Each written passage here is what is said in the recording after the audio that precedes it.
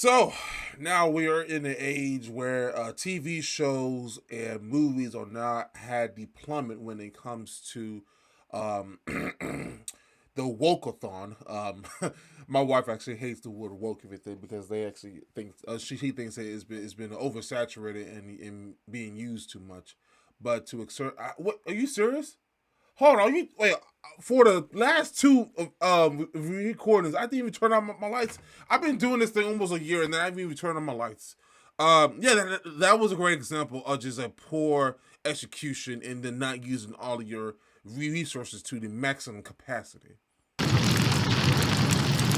You don't need me to tell you that modern Hollywood has got itself some problems. Whether it's ongoing strike action, declining artistic creativity, an over-reliance on remakes and tired genres that are past their peak, or a general aversion to doing anything particularly new or inventive. And to be fair, I've covered a lot of these problems in previous installments of this series, but one of the biggest overriding factors in all of this is a financial one. Put simply, movies are too damn expensive these days.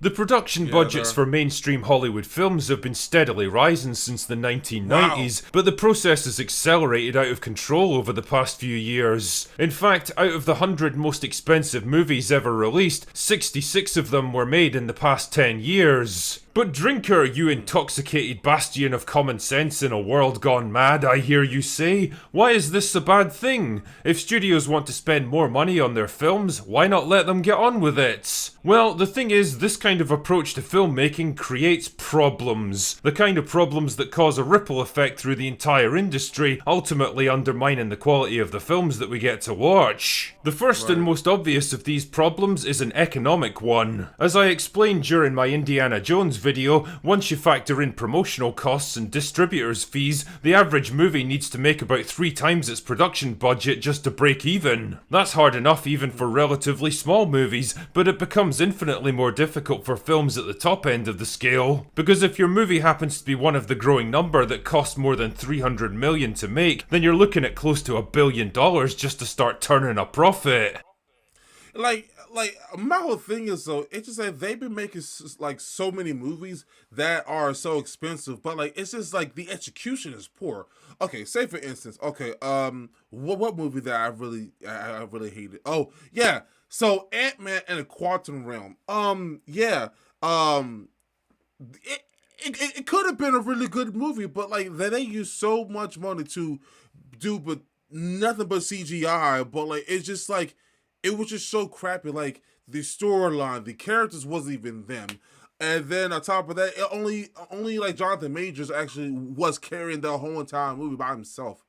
And then it just like it felt so out of place. And then on top of that, like people just like running out of ideas when like okay, if you want to make a comic book movie, whatever, just go back to the source material. Go in the comics. Go read. Or the hell, I thought I had to press that button. That's weird. But anyways, like go back to the source material. Like go back to what it all started in the comics, and then on top of that, through the Indiana Jones movie, like go back to where or why it was so good. Or but yeah, listen to the fans. Like the fans have so much impact into the movies. They are spending money to even watch your quality stuff, and then like if you don't even try to like make it good on how it's supposed to be instead of just like trying to like make it up into your own version. I mean, again, your creativity does factor in that element, whatever. But if you make it into your own thing and it doesn't make any sense, people are going to point it out.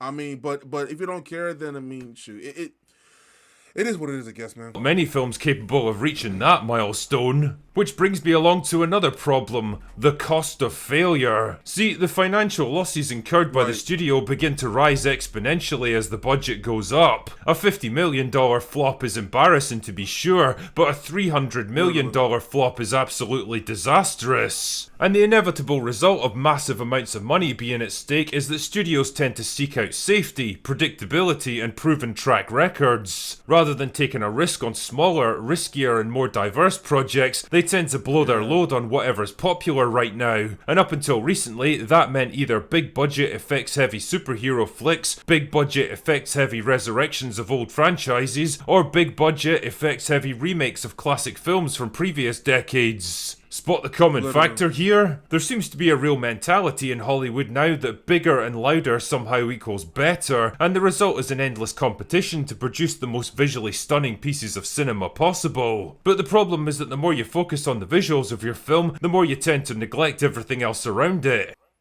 Now the thing is though, like here's a great example.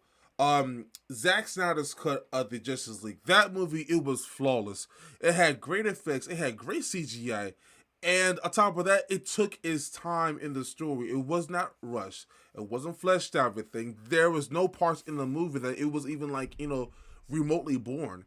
And then on top of that, like Zach listens to the fans. And then there are some aspects to his movie that was also like his version of what the world actually sees, either Superman or Batman, Wonder Woman. The list goes on and on and on. But he made it to the point that actually he put it in his own version, but he made it so good that actually makes sense on how the world would actually treat superhero beings. So like you can have your own ideas, whatever, but like you just gotta make sure that it is flushed out to a certain way that it makes sense and is very what's the word? Very likable, very pleasing to the eye. But because like if we don't, then like it's gonna be like a big like mush of this like crap, honestly. These days there's an over-reliance on spectacle and scale to draw audiences in, and it ends up becoming a crutch for bad writing and lack of creativity. I mean, you can't honestly tell me that you were gripped by Avatar 2's compelling and complex storyline. Jesus, if you can even remember a single thing that actually...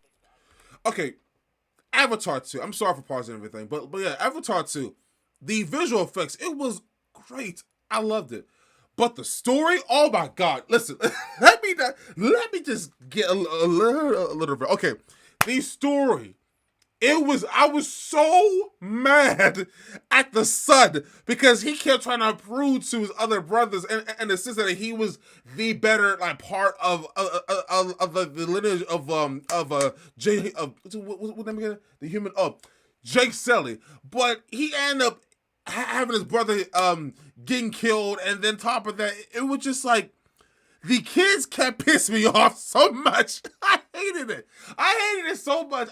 I hated that movie. I really wanted that movie to be so good. Now the whole aspects to who the different Pandora creatures that have like water-based creatures with the whole tree people going on, and then like I remember there was like some type of like character design for like the lava-based people and the rock people, whatever. It looked pretty damn good, but it had missed the whole aesthetics of like what was the story was about. It was about a human was falling in love with an alien creature and was trying to like be something that he wasn't or some shit like that. But either way it goes, it was just so bad. It was so bad, man. I remember I was just ranting towards my wife about this stuff, and then it was just so bad.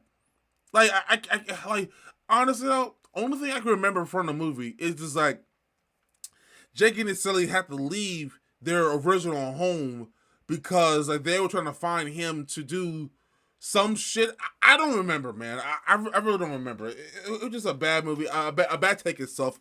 But Jesus Christ. Happened in that movie, I'll be impressed. What you end up with instead are a series of beautiful but ultimately empty and meaningless tech demos that keep you momentarily distracted but offer no long-term impact or emotional payoff. They stimulate your eyes but not your brain, and the more it happens, the more audiences start to become jaded and disinterested in what Hollywood has to offer. Another big problem with so much money at stake is studio interference. I've lost track of the number of films that have been derailed and ruined because the studio started to get jittery about the filmmaker's creative vision and decided to stick their oar in with endless test screenings, last-minute rewrites and mandatory reshoots to produce something more commercially viable. Again, it's a nice idea in theory, but the problem is that Yeah, studio theory. executives aren't storytellers, they're money men, and the decisions they make tend to be driven by whatever they think will generate the most money. Narrative cohesion and creative integrity don't tend to factor into their thinking, because all that really matters is keeping the shareholders happy.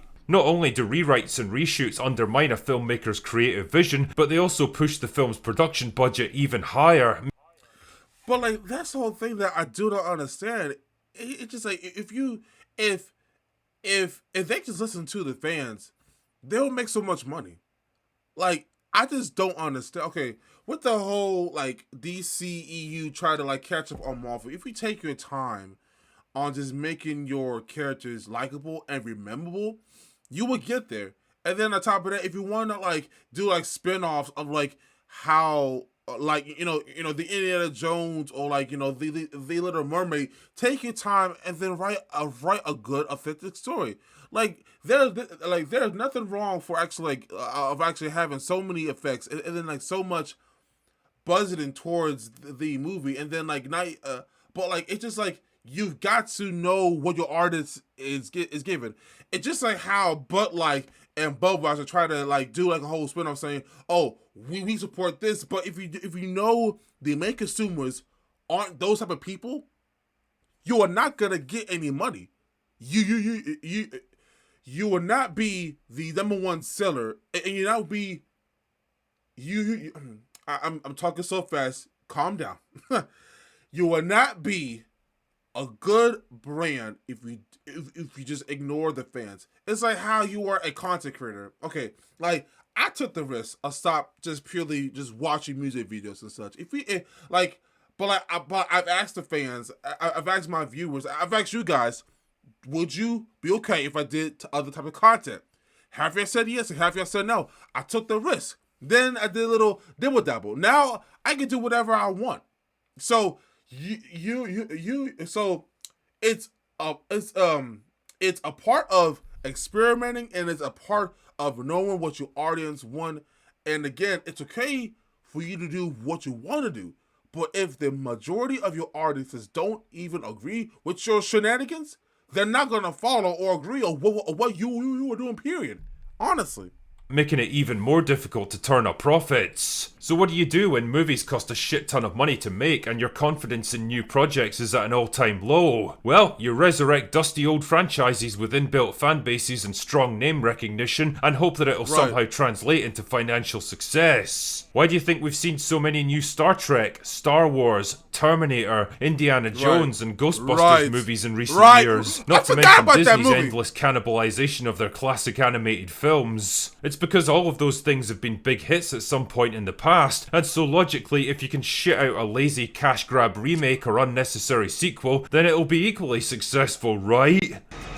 Wrong.